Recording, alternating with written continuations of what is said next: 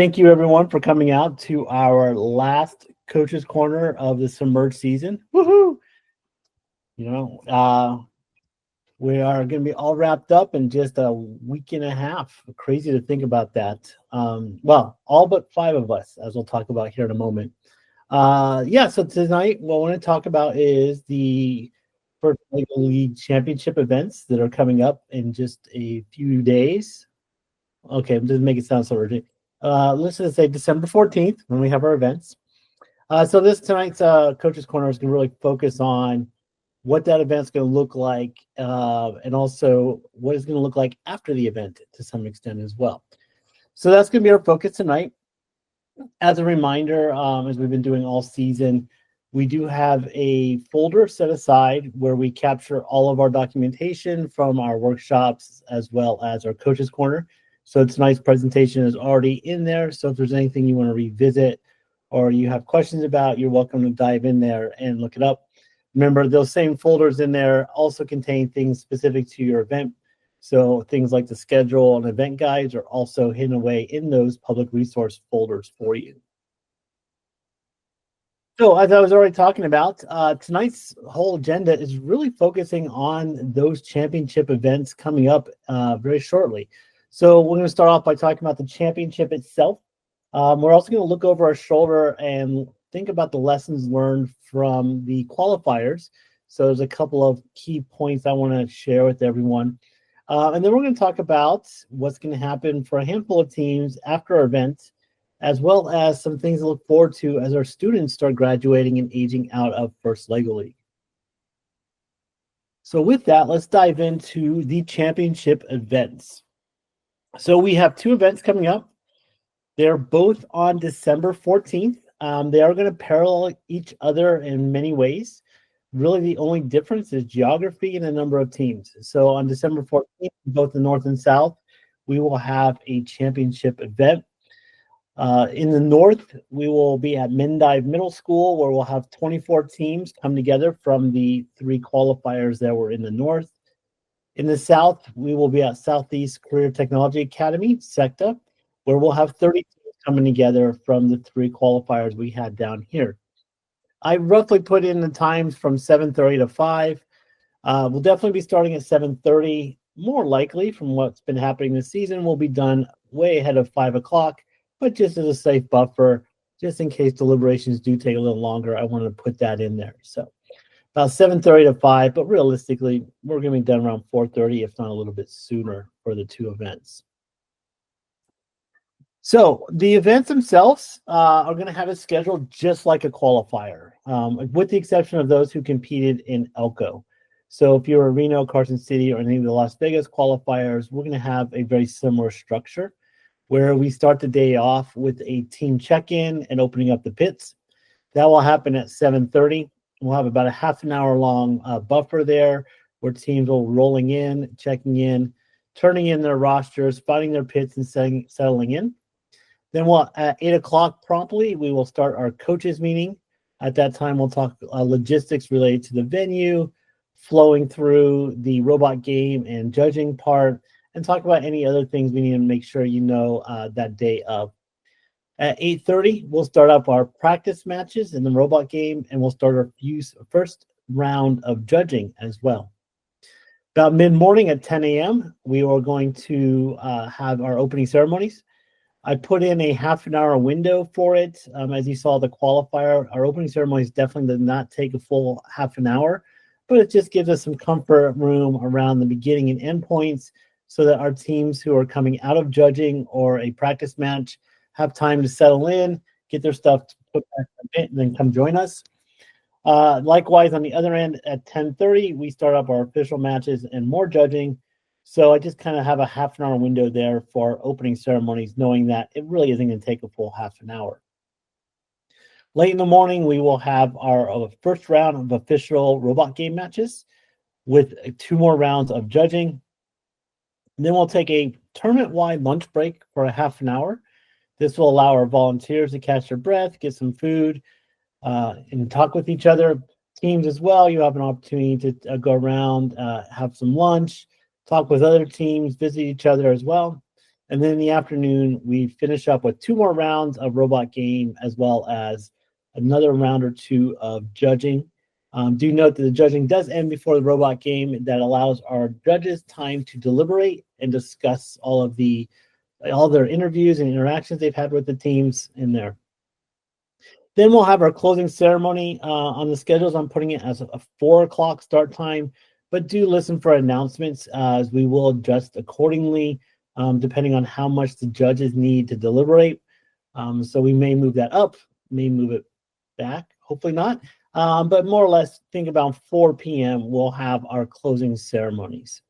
So really, it's almost identical to the qualifier you attended earlier, except for those teams in Elko where we had kind of a delayed start in the morning. So it really is a repeat on that level. Now, at check-in, one of the things that you will need to do is turn in a brand new roster. We are being a little more strict on this one. We were a little lax in our recording and retrieving of these at the qualifier level. We want hard copies, printed hard copies from every team when they come to the event. And on that hard copy, we want to see 2 lead coaches who have cleared the first consent and release, as well as the YPP screening. And we want to see all of your team members on there as well.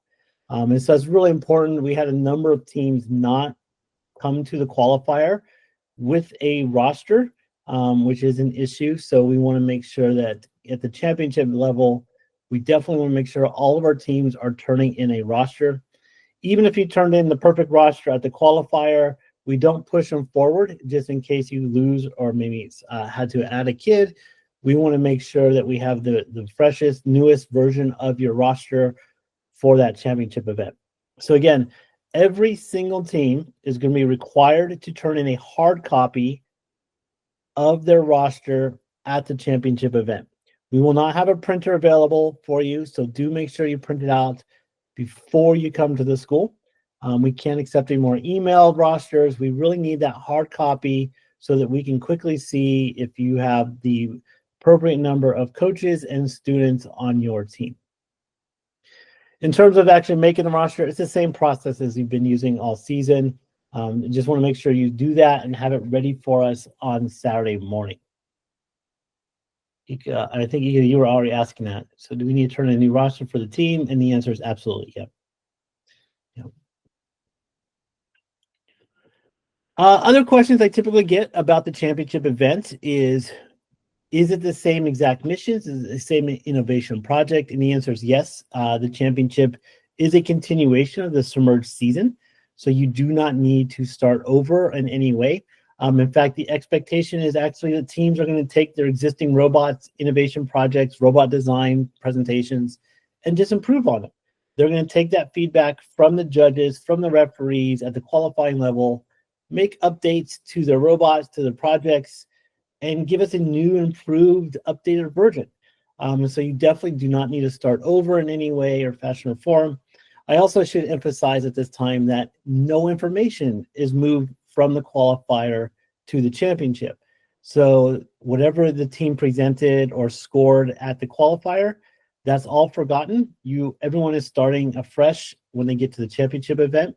So no information is passed between the events. Come in assuming no prior knowledge from the judges or referees. Everyone's going to start off with a level playing field. So keep that in mind. But the expectation is that you will be continuing on with your robot and innovation project. That isn't to say, some ambitious teams sometimes decide to completely take the robot apart and start over. That's fine. Just be ready for the championship event. So just like with the qualifier, each team will have one practice round first thing in the morning. That round will not count for anything in terms of ranking or scores other than core values. If we do see a violation there, we will note it. And then later in the day, every team will receive 3 official matches at the robot game table. Your best match is what will be used to rank your team against the other teams. And it's only your best match. So the other 2 are thrown out unless we need to use them as a tiebreaker. So again, it's just like the qualifiers. Every team is going to have a practice round where they get an opportunity to go in, work with the referee, see what the lighting is like in the room, work with the tables, and then that practice round is for everyone to just get the jitters out, and then we will have one official round in the late morning and two more official rounds in the afternoon. I know in the South we had some really good conversations about that submersible mission in the middle. I'm definitely going to work in the South, and I'm going to talk to the community about making sure we're careful about setting up that submersible mission. There's a little leaning and twisting a little bit in some of our missions in the South. So we will be looking at the challenge update, which does describe that there's some leniency. We want to make sure that mission is set up with that leniency in spec. So again, this really is a repeat of your qualifier in terms of the structure. So just like the qualifiers, each team will have one 30-minute judging session. That session will follow the exact same flow chart and a process that we use at the qualifier. So just like before, the team is going to enter in with the judges. They're going to introduce themselves, say hello, and they're going to spend 10 minutes working on innovation projects, where again, you will have 5 minutes to present the project to the judges. So that's 5 uninterrupted minutes. Like I was saying before, you can reinvent your innovation project. You could reinvent your presentation. I would not encourage that. I would say instead use the feedback from the qualifiers to make improvements to it and work from there. But just like with the qualifiers, you do have 10 minutes in the judging session focused on that innovation project. After that, the teams will transition into robot design, where again, there will be 10 minutes. The students will be given 5 minutes up front to do any sort of presentation they want with the robot design, followed up with a 5-minute Q&A between the judges and the team members. And then the whole judging session is going to wrap up with some initial feedback from the judges, some highlights, and some maybe think more about sort of comments as well. And this will all cap out over 30 minutes. Just like with the qualifiers, we're going to allow 2 coaches in the room. The coaches are flies on the wall. They're allowed to videotape if they like, but they cannot speak or give any cues to the team. They are there just to be historians, to record it, or just to share in the experience, but they cannot in any way interact with the team. This includes setting up the equipment. Unless it's a danger to the students, so if maybe they're bringing in a large piece of equipment, really the kids need to be doing all the work. So the moment they walk into the door, walk into the judging room, they need to be doing all the work. And so coaches, you'll be invited to come in, but you'll be immediately moved off to the side where you'll have your position to watch the judging session. But again, you're just a fly on the wall. You're there if you want to record it or otherwise just enjoy hearing the team. But it's really the centerpiece is the students giving their presentations on these topics. So to remind you how you got here, because I did have a lot of questions coming out of the qualifiers, that all of our teams are evaluated in 4 core areas. The first, of course, is the robot game. That's where the teams are going to use their robots to score as many points as possible in the robot game portion of the competition.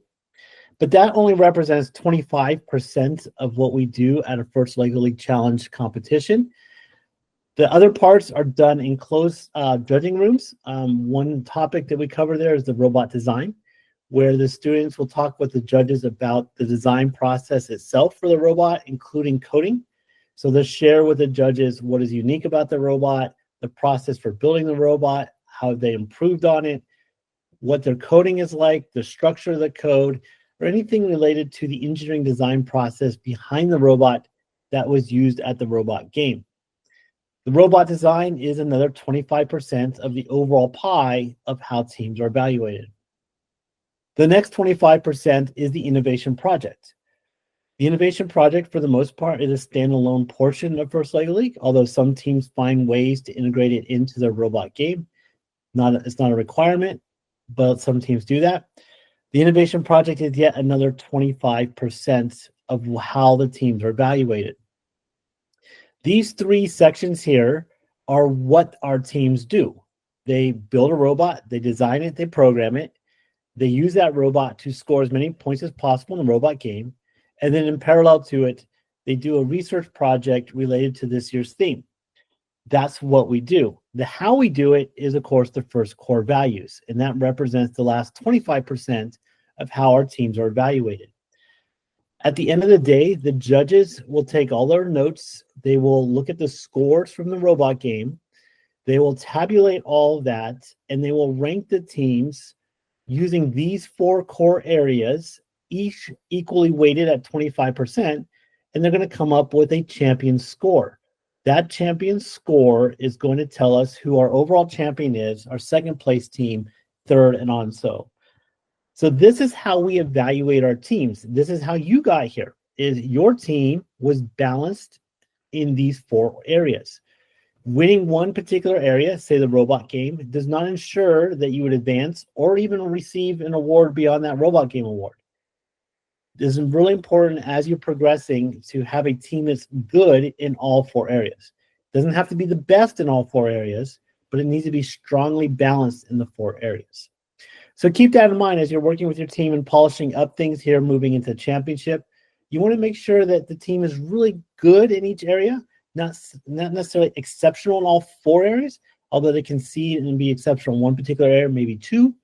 You don't have to be at the very top in all 4 areas to be our overall champion. We are looking for a balanced team that really addresses all 4 areas simultaneously. This was a point I had a couple of discussions coming out of the qualifiers. During the event, we do show a leaderboard up on there. Just as a reminder, this leaderboard is just the robot game part of the event. So the rankings that you see on this screen is only the rankings relevant to the robot game. It has no incorporation to the judging yet. And so I've had a couple of discussions with the coaches. I just want to remind everyone, when you see these rankings in there, this is only for the robot game. Now, for us, when we getting from the qualifier to the championship, for example, in the South, we moved forward 10 teams. Even if you were in the top 10 of the leaderboard here, that doesn't guarantee you moving forward. Likewise, as we're going to talk about here in a moment, if you're in the top 1, 2, 3 spots on this leaderboard, that only says you did a really good job with the robot game. It doesn't say you've done very well in the judging area. You may have.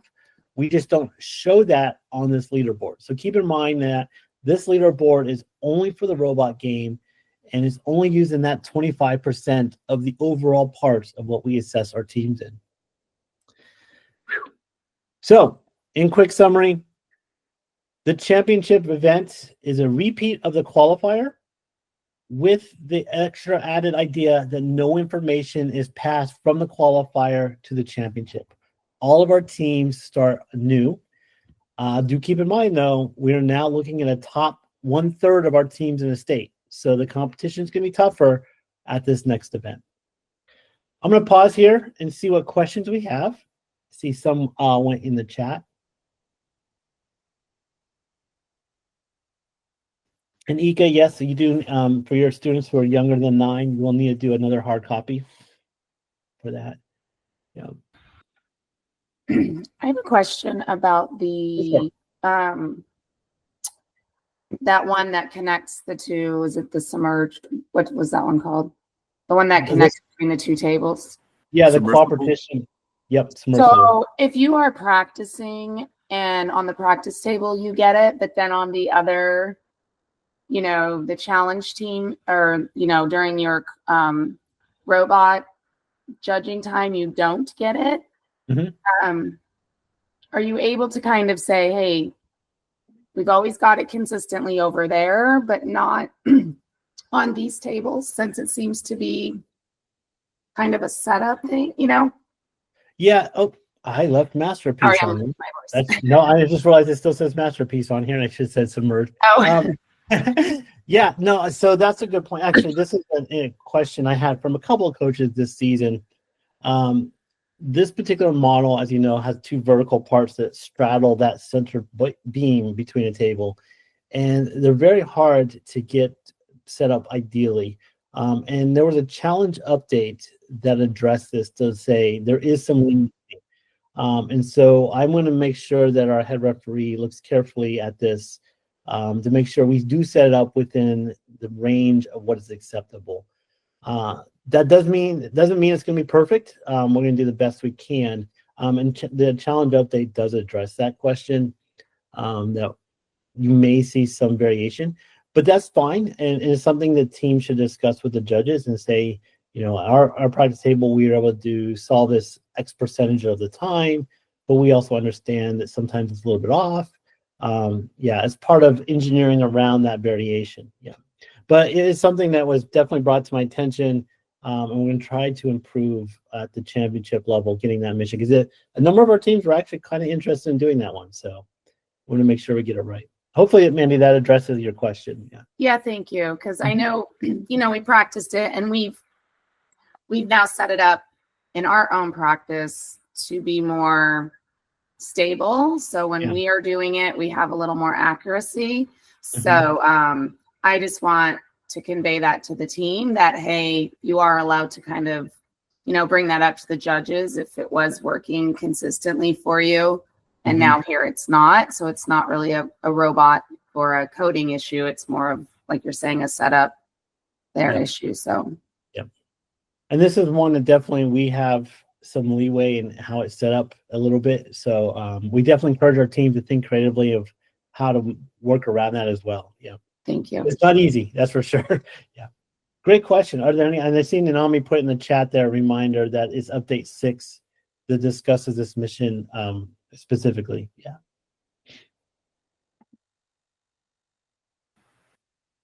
Okay. Any other questions? Could I add to that submersible chat? Not you, Ryan. All right. Go for it. Mandy, on the board, there's like kind of like a range of spots you can dual lock it. I don't know if you saw that. Have your team make it work in the furthest position and the furthest back position, and throw those weird twists and turns onto that submersible piece. So even at the competition table, even if it is a little skewed, it'll still work. Put that consistency in your robot so it doesn't even have to be a question. That's how my team approached it, and we got it, I think, every round at our qualifier. Great, thank you for that. Yeah, that's a really good point. You should throw that in Slack if you don't mind. Yeah, I'll take some pictures. Actually, I'll take a video of how we do it and put it in the. Cool. All right. Anything else?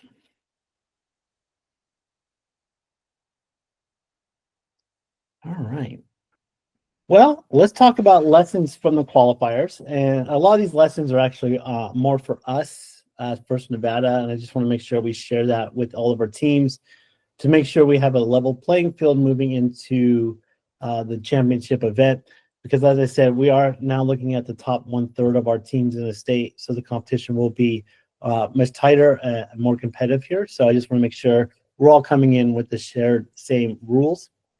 The first one is just a gentle reminder. In fact, it wasn't too much of an issue this year, but just a gentle reminder that the participation rules do specify that all work presented events is the work of the children on the team. This program and the whole idea of FIRST is we're here to inspire the next generation of STEM leaders. And we won't get much inspiration if we're doing all the work for them. That they really need to have ownership over the projects, over the robot, over the programming.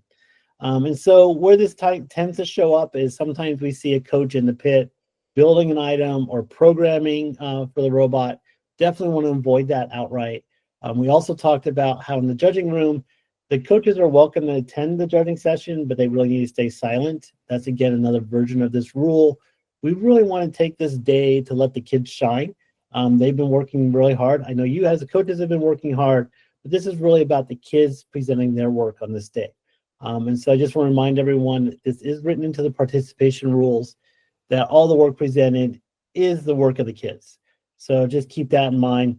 Your job on the day of the event is really just to make sure they get the judging on time, to get to the robot table with all the right pieces, that you don't leave the table with our pieces, you only leave with your pieces and all that. Always important things. And also, of course, helping them you're welcome to help them at the practice table, but really just kind of give them guidance and suggestions. Let them make those discoveries. We did have a few teams show up with their challenge sets. As a reminder, we do ask you leave your challenge set at home. We have plenty of them there for our competition, and as you saw, we have practice tables available to you. I know you might have a small wait at the practice. We move teams through as quickly as possible, but really for safety reasons is our primary reason to do this. We ask the teams not bring their challenge sets because what they tend to do is set them up in the pit, especially on the floor, to become tripping hazards, and it tends to clog up our aisleway. And so for safety reasons, we just ask our teams to leave the challenge sets at home. The other big reason we do ask this is that we don't want to mix up pieces. We don't want you to accidentally leave your pieces behind, and we don't want to accidentally have you grab some of our pieces thinking they're yours. So we just ask, as a clean, simple way to do this is please leave your challenge sets at home. We do have enough to cover you. We are continuing with the same policy with the practice tables. It seems to go very well, where it's first come, first serve, where each team is allocated a 5-minute window of uninterrupted time. If nobody's in line, you're welcome to stay longer than 5 minutes. If there is a line, we just ask you rotate off after your 5 minutes. I didn't mention earlier, we only have 24 teams in the north and only 30 teams in the south. That's a good sized tournament for us that we have some elbow space. You shouldn't have too long of a wait. I know we're using 4 practice tables down in the south. I believe at least 2, if not 4 in the north as well. So you should have plenty of availability to get to there. So, yeah. Another thing is we were trying this again this year, something new along those same lines of making sure our pits stay safe. We are asking that the spectators spend most of their time in the robot game viewing area. And what I mean by this is the pits really are designed for our teams. It's a place for them to put their equipment. It's a place for them to put their coats, to kind of have their little home base during the event. But other than that, we really would prefer our spectators or family and friends who are attending the event to be in the robot game area cheering on the teams, not only their teams, but the other teams as well. And so we do ask that you leave the sport chairs at home, the folding chairs at home. We just don't have the space to have that there. And to make sure we have a safe environment for everyone to get around the pits, we do ask that our spectators hang out more so in the robot game. Now, they are definitely and absolutely encouraged to visit the pits, check in on them. There will be times where, say, the team is going off the judging, then a parent might hang back at the pit table to kind of keep an eye on things. That's understandable. What we're really trying to prevent here is the team that brings in 10 parents who set up a camp, a drum circle, or some extra thing there in the pit area, and it really just clogs things up. So we just want to encourage you to go into the robot game area and cheer on all the teams and celebrate their season. I probably touched on this already, so just a quick reminder. We do have practice tables available for you. Those practice tables should be used more for fine-tuning than starting a whole new mission. And then what that means there is that 5 minutes should be a reasonable amount of time to maybe calibrate a sensor, or if you have one little tweak you want to make to the mission real quick. That's the sort of thing what the practice tables are for on the day of the event. They are not for you to come in and start a whole new mission from scratch. That should already been taken care of. This is really your time to come in and just kind of reminder, how did you run the mission? Well, maybe if we added just a little bit more distance here, a little more turn, that sort of thing. We're not looking for you to start afresh or start a new mission. Just use your 5 minutes wisely to get things kind of polished up there. It's also, the practice table, a great time to interact and learn from the other teams. What we love to see is your team to come back next season. And at the practice table is a great time for you to learn about new ideas and new techniques. And definitely strike up a conversation with the team next to you and say, hey, where did you come up with that idea? Or what was the idea behind that? And next year you might implement that yourselves. All right, this is my soapbox moment. I've been using it all year. This is my last chance to say it. Everybody should have read the robot game rulebook a few times by now. We still have a few teams asking us about rules that are very explicitly stated in the rulebook. and just want to make sure that everyone has a chance to go through it, read it, and understand it. The game rulebook, of course, tells us how to score each of the missions. So make sure you have that clarification in mind, especially for the missions you're working on. In addition to that, the robot game rule will tell you what happens at the end of the match. So, for example, I'm seeing questions like on Facebook about what if the robot's still moving at 2.5 minutes? What happens then? How far across the home line does the robot have to be before a team can touch it? Stuff like that. These are questions that are addressed in the robot game rulebook. And so it makes for a smoother, more productive day if we all have those rules in mind and understand them. So I just want to remind you, it may be worth one more pass through there, especially focusing on the missions or maybe the kind of loophole idea you're trying to work on. Is unless the rulebook says no, you are allowed to do it. And if we have any questions, we'll just say and look at the specific area that addresses that topic. There are a handful of updates. Of course, the rulebook was written months, if not over a year ago. And so as the season progresses, teams do come up with creative ways to look at missions that first never thought of. And so there are updates to it. In fact, there was one on December 2nd related to the shark. Just make sure you read through that. So these rules are official. Even though they're updates, they are considered an official ruling. So do make sure your team has gone through and understands them. Our referees will as well. Angela, do you want to ask a question along these lines?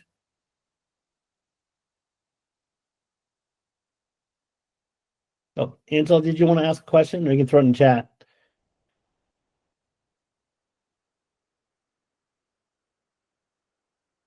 I'll come back to that. One thing I do want to mention here is, unfortunately, we had a few incidents. That's a tongue twister. We have a few situations that happened this season that where teams did not fully display the first core values. And I just want to highlight and remind everyone that the first core values is really the foundation of everything we do in this program. And ideally, is something you transfer to life as well. As you look through these 6 core values of discovery, inclusion, innovation, teamwork, impact, and fun, we hope that you're applying those all throughout your life. We did have some situations this season that came about where teams were not displaying these core values. We just had to do a gentle reminder to everyone that the core values apply not only to the team members themselves, but coaches, and even by extension, the family members there to support you. So if we see, say, someone throwing gum on the wall and disrespecting the venues that are hosting us, that is a core values violation, and we want to make sure about. And we've had a few other incidences that we had to address.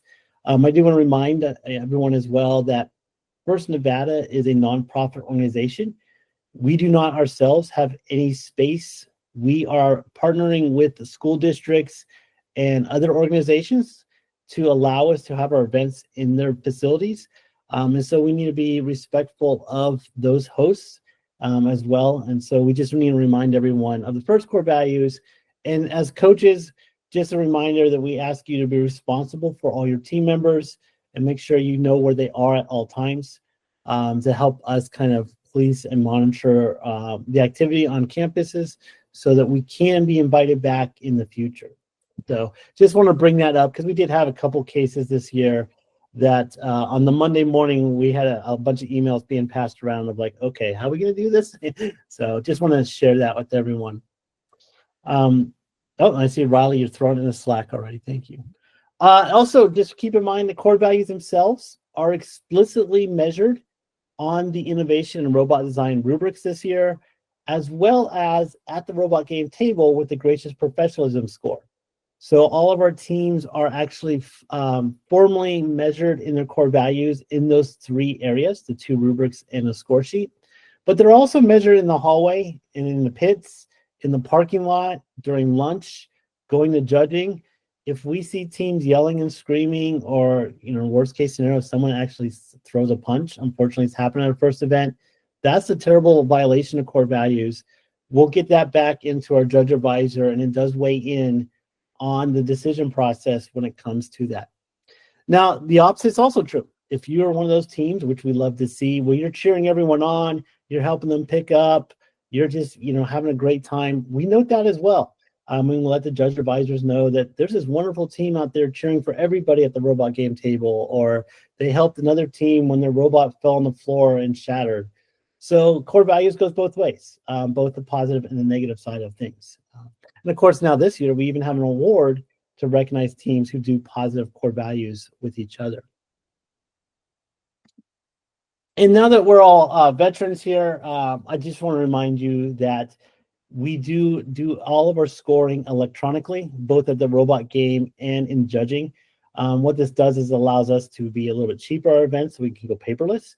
But it also means that what we can do is share the results to you quickly, ideally. So as a reminder, we will be using the Event Hub, just like we did the qualifiers, which means you'll have access to your rubrics.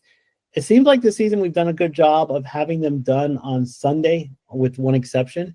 So you should be able to access them by Monday morning, and we'll have those published out there and review them.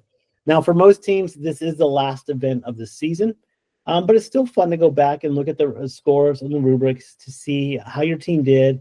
Also, just kind of have that self-reflection moment of all the work you put in and see what, where the judges thought you did really well and maybe areas you could improve on. There's even a few teams who fall in love with their innovation project and wish to continue on, and they'll use that feedback from the judges here to maybe try to work towards a patent or start a new policy with the government, all based on the innovation project. And so that feedback is a good place to do it. You will receive, like before, an invitation from Event Hub. Even though you're all veteran coaches, it's a new event inside of Event Hub. So we're inviting you to a new championship event. So you will receive that invitation on Thursday going into the event. That allows you to have that 72-hour window to accept the initial invitation while we're actually at the event.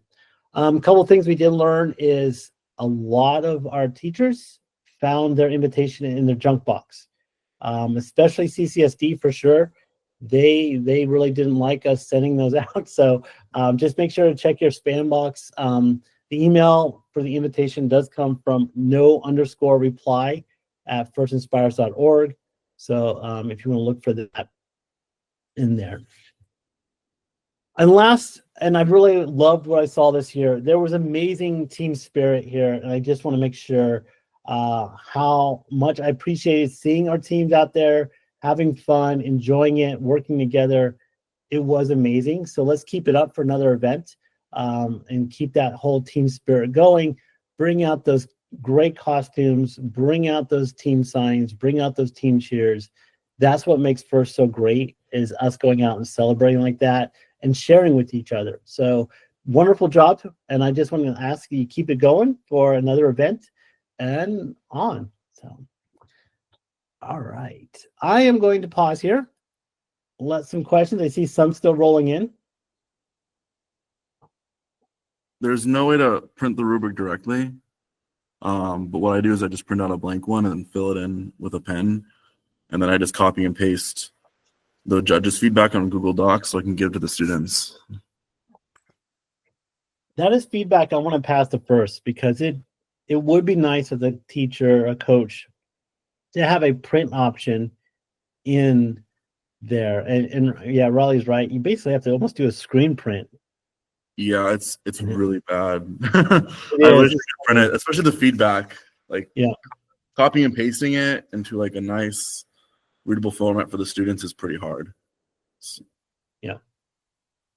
Yeah, Angelo, definitely remind me at the conference. I actually have a file going of all the things I want to tell First. Event Hub complaints. Oh, not only Event Hub, there's other little nuances of, let's tweak this. I did have another question about the practice tables. Will there be non-dual locked elements on the practice what we tables? were toying with this year, and it seemed to be working, at least in the South. In the North, it might be different. We were putting all of the non-dual lock parts in a Ziploc bag and giving it to our attendee at the table. And teams could request it, and then they could use it for their 5-minute session. So they are there locally. And actually, we've done pretty good this year of not having missions break that we had to dip into the practice matches as practice table stuff to replace them. So that's been good. So when your team is at the practice table, just ask the attendee if there is. Yeah. Because we brought our own loose elements. Because I think last time we were told, I heard somewhere that they wouldn't be there. So I brought my own, but I won't bring them this time then. No, and we've done that in the past. We've if it was loose, we didn't put it out. Right. And it is. So what we're trying to do is just keep an eye on it so all the krill don't disappear, especially the little minifigs don't disappear, the diver. And so teams can just request it if they want to use it. Yeah. Okay. Thank you. Mm-hmm. Nice. Well, let's move on to the exciting news we have here that the championship isn't the end of the road for some of our teams. There is yet a third level of competition yet to go. And so what I want to do here is actually announce where our teams are competing to attend. That's a terrible sentence, but you'll know what I mean here in a minute. So as you've already seen now at a qualifying event, we do conclude our events with a great celebration where we recognize teams for their achievements and their accomplishments through the season. It's a fun time to really celebrate everything we do. And it's a wonderful time for our judges, our referees to go out there and show their support of teams. So we have the high five line, we hand out medals, and we do recognize individual teams for the things they've accomplished this season. And that's not going to change. The shape of the trophies will. And so at the championship level, we do have Lego built trophies. I've already built all of the ones down here. My fingers are sore, but they are built, looking good. And we'll have new medals for our team members up there as well. So we will continue with that practice. And just like with the qualifiers, we have the same set of awards that we'll hand out. There is the Champions Award, which is that team or teams, if we go multi-deep, that show a well-balanced across all 4 core areas. So as I was describing earlier, we look at the robot performance, we look at robot design, innovation project, and core values, and we rank those teams using a champion score and identify the team with the top score there. So the Champions Award, which is the most coveted award of them all, that is a team that is well-balanced in all areas. After that, we have our core areas, the core values, innovation project, and robot design. All 3 of these are done in the judging room. So these ones are based off the rubrics, and we talked about that already. There is an innovation project and robot design specific rubric. The core values this season is now measured off of those 2 rubrics plus information from the robot game. But all of those 3 areas are based off what happens in the judging session in addition to the rubrics themselves. So teams that do win a core values, innovation project, or robot design award, you're being recognized for your accomplishments relevant to and against those rubrics. Separate from those is we have the Engineering Excellence, Breakthrough, Rising All-Star, and Motivate Awards. These ones are also based on what happens in the judging room. So what will happen here is our judges will hear stories, they'll have great conversations with the teams, they'll find out new things about them, and based on those interviews, the judges are going to nominate teams for these awards. From a coaching perspective, you don't necessarily coach towards these awards. You just give the best performance. The team does, I should say, gives the best performance. And if a team is appropriately recognizing these areas, the judges will see that and bring it out. You can go into the awards document that is in our resource folder, and you can see the description for these awards.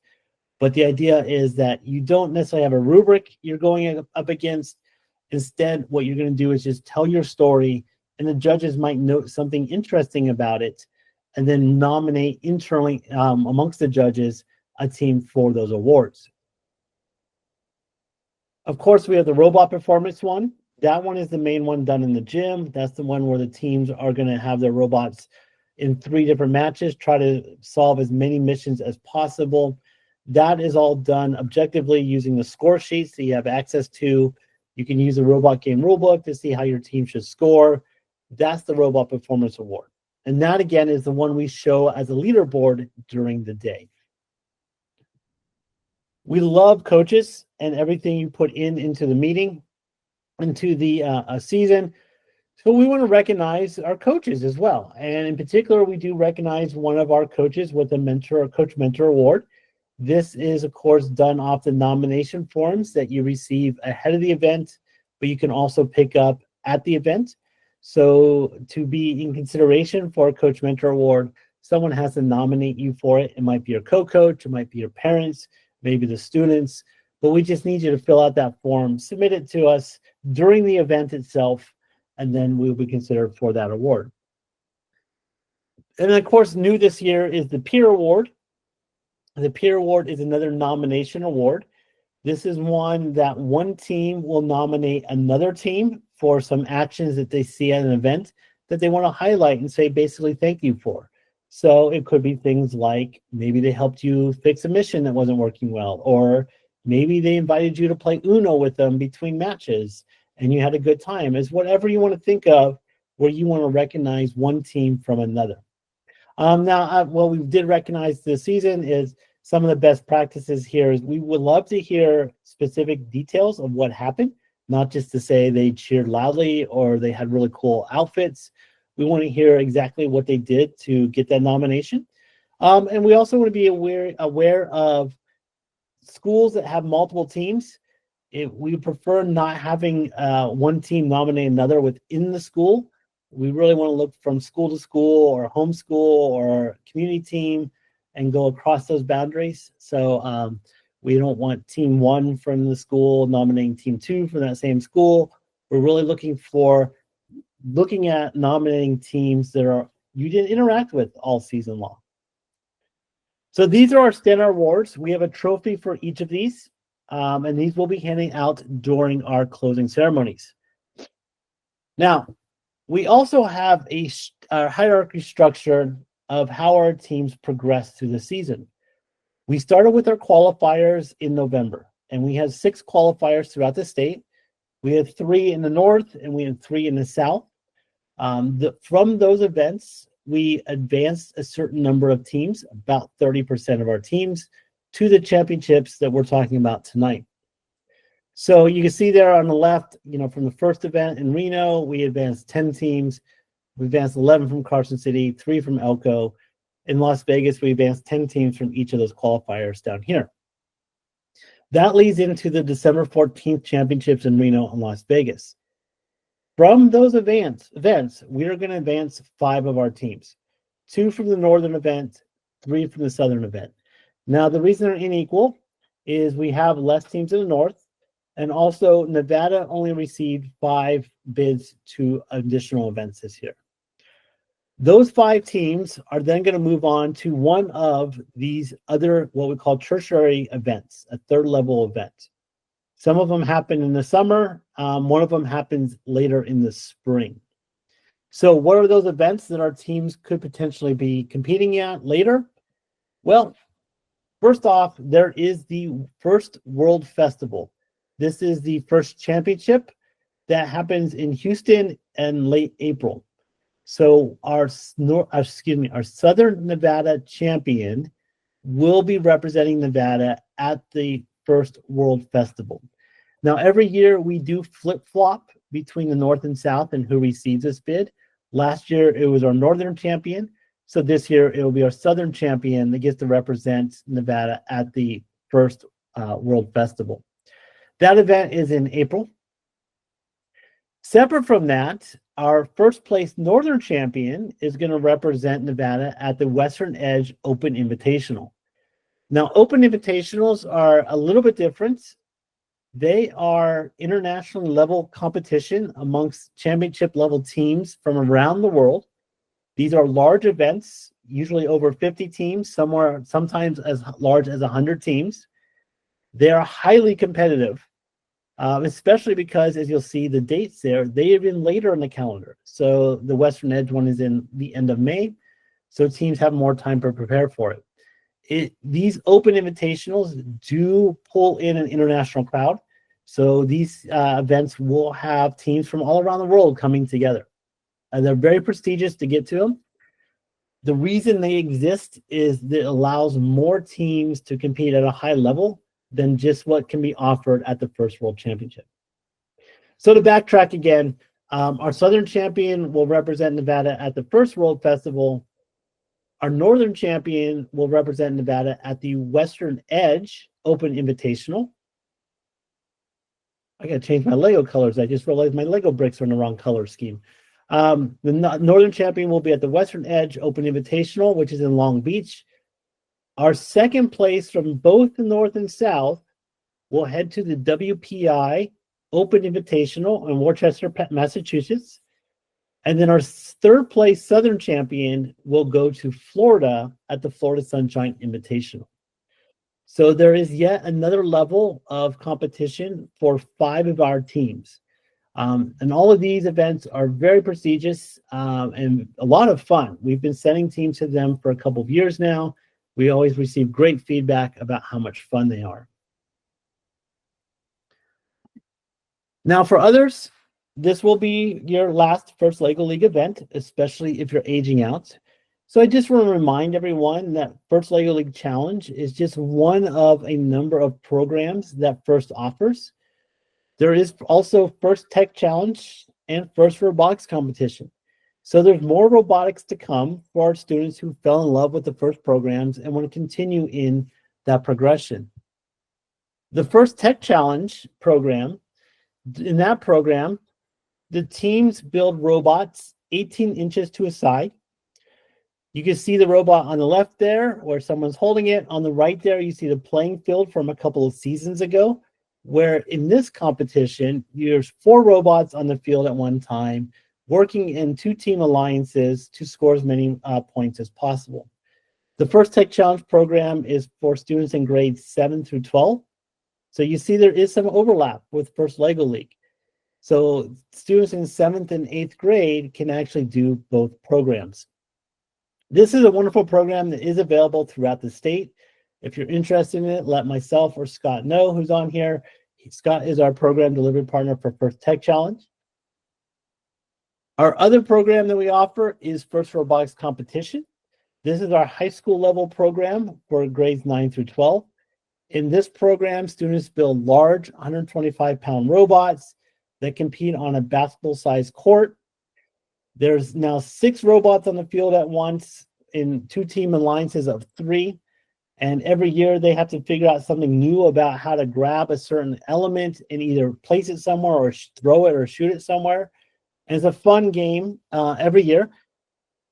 We only have one of these competitions in Nevada. It's always in late March. It's welcome. We welcome everyone to stop by and check it out. It's on the UNLV campus at the end of March. We have a number of teams throughout the state, both north and the south, that would more than welcome new team members at any point. All of our events are available on the First Nevada calendar. So if you're interested in what First Tech Challenge or First Robotics Competition might look like, you are welcome to go to our First Nevada calendar, check out where the closest event is to you, come on by. Everything is open and free to the public. So it's an opportunity to check things out. And in fact, this weekend, we will have our first of the First Tech Challenge events, formal events with our league meets happening in both Reno and Las Vegas. So if you have some downtime, you'd like to stop by, we'd love to see you come out and check out the First Tech Challenge program and seeing what other type of robots our students can build. And with that, as we get close to the end of the hour, I'm going to wrap up, open the floor for questions,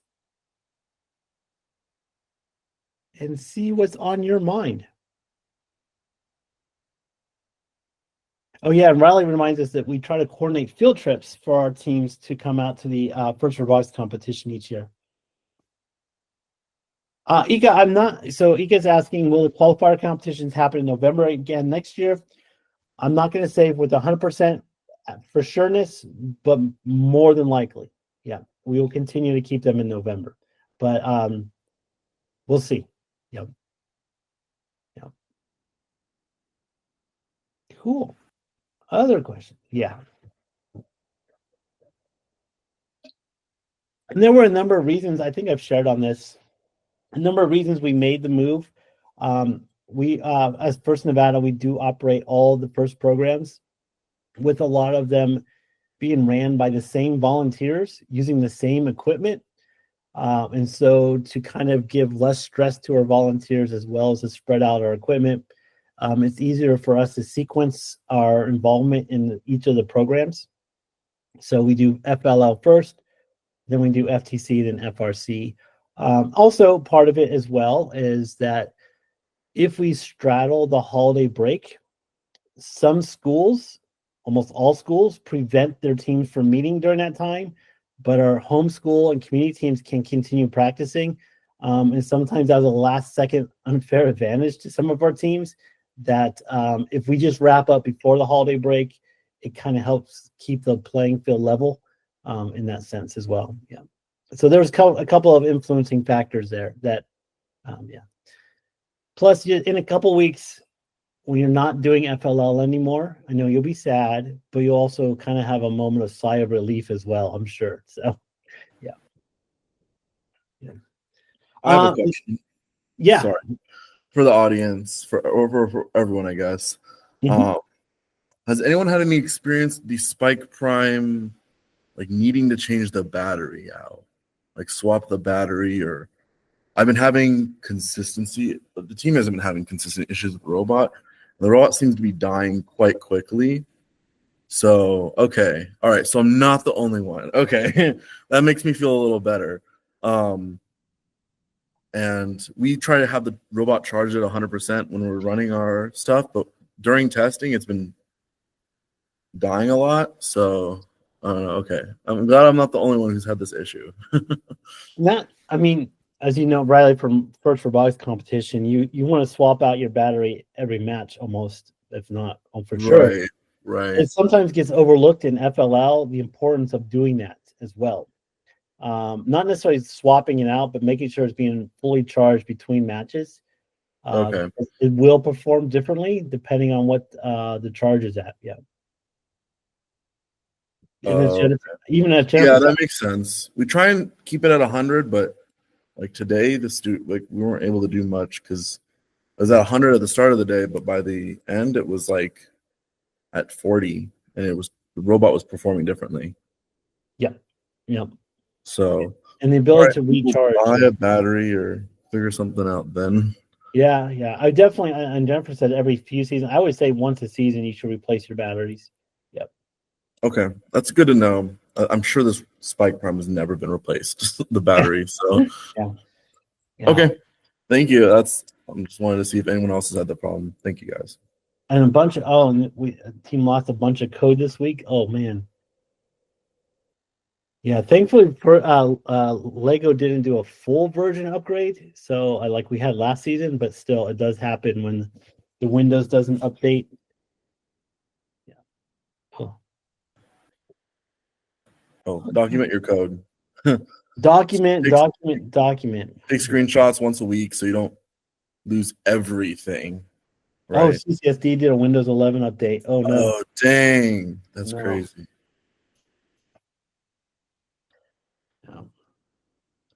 Good. Well, are there any more questions, comments? I just want to say thank you. You guys do a lot, and I appreciate it. It's our 4th, 5th year, and so it's always a great time, and I just appreciate all the hard work that you guys do behind the scenes, and so thank you very much. Oh, that was very nice of you. I appreciate the nice comment there. Thank you. It does take a whole village. There's a lot of people behind the scenes, yes. And just on here, I think we've got 5-ish people just helping run tonight's Coaches Corner. Yeah. Thank you. Good. I hope everyone had an enjoyable season and the kids are interested and loving it and will come back. That's our main goal. Yeah. Trophies are a nice thing, but they're not what we do. They're not why we do it, I should say. Yeah. If I know you guys are going to the championship, so you guys have probably some experience, but if you guys do need any help, reach out to me on Slack. I'll also put my email in the chat. Please reach out. My team loves helping out other teams, and I love helping people out. So just shoot me an email or message me on Slack or just message the Slack. I'm on there usually every day. With any questions, yeah. And I forgot to mention, last year we did this, and we're going to repeat it again this year. For the teams that do move on to the next level, what I'll do is organize very quickly a follow-up meeting with those teams to kind of give them an idea of what to expect at the next level and how to prepare for it, and also talk about fundraising and kind of the budget side of things as well. So if you are one of those teams, very quickly after the championship, you'll see an email from me. I'll try to get it organized ideally before the holiday break, just to kind of let you know what's to come. Because, man, if you think the qualifier to the championship's a step up, the championship to a world invitational level is a whole nother leaps and bounds. Yeah. Yeah. I'm also wondering how to maybe get in contact. Like Riley, you had just said your team likes to help, but like almost like a mentoring type team that maybe not necessarily in the FLL challenge, but in a different, area. Because like our team does well, but like we have a lot of coding, issues where we need to really kind of get into tip-top shape. And I don't know a whole lot of that.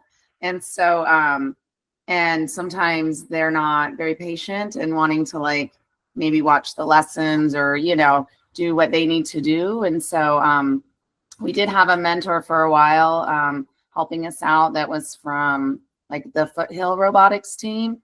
But, so I was just curious if there's teams out there that, like you say, the ones that are maybe even aging out or, things like that. It's hit or miss. There are some of our FRC teams that have been helping mentor FLL as well as FTC teams, especially in the north. A lot of our FTC for tech challenge teams have been helping out. It really honestly comes down to personality of, are they interested in doing that? And that'll be an interesting thing for us to think about in the off season, is trying to figure out a formal way to organize it a little bit more. To figure out if there's a way to do that mentoring, and then figure out what time of year to do it. Is this something you would like to see in the spring? Is this something you want to see in the early fall as the season starts, and figure out the best way to go from there? Yeah. Yeah. Thank you. Yeah. Oh yes, and I did have yours. I have two teams. You have yours, and I need to double check with Leilani. Leilani actually drove to Reno over the Thanksgiving break, met with Caroline. Caroline, who's on the call, you did hand off medals to Leilani, right? Yes, I did. Cool. That means that more than likely we have your submerged medals in the South. So yes. So I will get those to you at the championship. Yeah. Cool. Yes, you're very welcome. And thank you for being understanding on that. I just came up ever so slightly short. Yeah. And then Scott put in the chat there, team seeking a mentor can use the mentor network. Yep, as well. Very good. Well, with that, we are past the hour mark. I do want to say thank you, everyone. And I say this during the coaches meeting. I'm going to say it now. Thank you, coaches, for putting in the extra time that you do to work with these students. I know most everyone is doing this above and beyond their normal workload. You're doing it for the love of the program and the things it offers to our students. You're sacrificing a lot of time to do this, and I want to say how much I appreciate you and everything you do to help these students out become their full potential. And so genuinely say thank you for all you do in getting us to this point and beyond, because there will be ramifications you never realized of the positive impact you've had on these kids 10, 15, 20 years down the road. So thank you. Yeah. In fact, a quick funny story. We were at an event a couple weeks ago related to F1. This guy came up to me out of nowhere, didn't know who he was. He said, I just want to say thank you. I was on a first robotics competition team in New Hampshire 20 years ago. And although I didn't continue in STEM, being on that robotics team taught me perseverance. And he just said the skills that he got there just kind of helped him on his career. So you don't know what all the dominoes you're pushing over with these kids that are going to produce something amazing in the future. Yeah. So I'll leave on that story. Thank you, everyone. I'll see you in a week and a half's time. Good luck, everyone.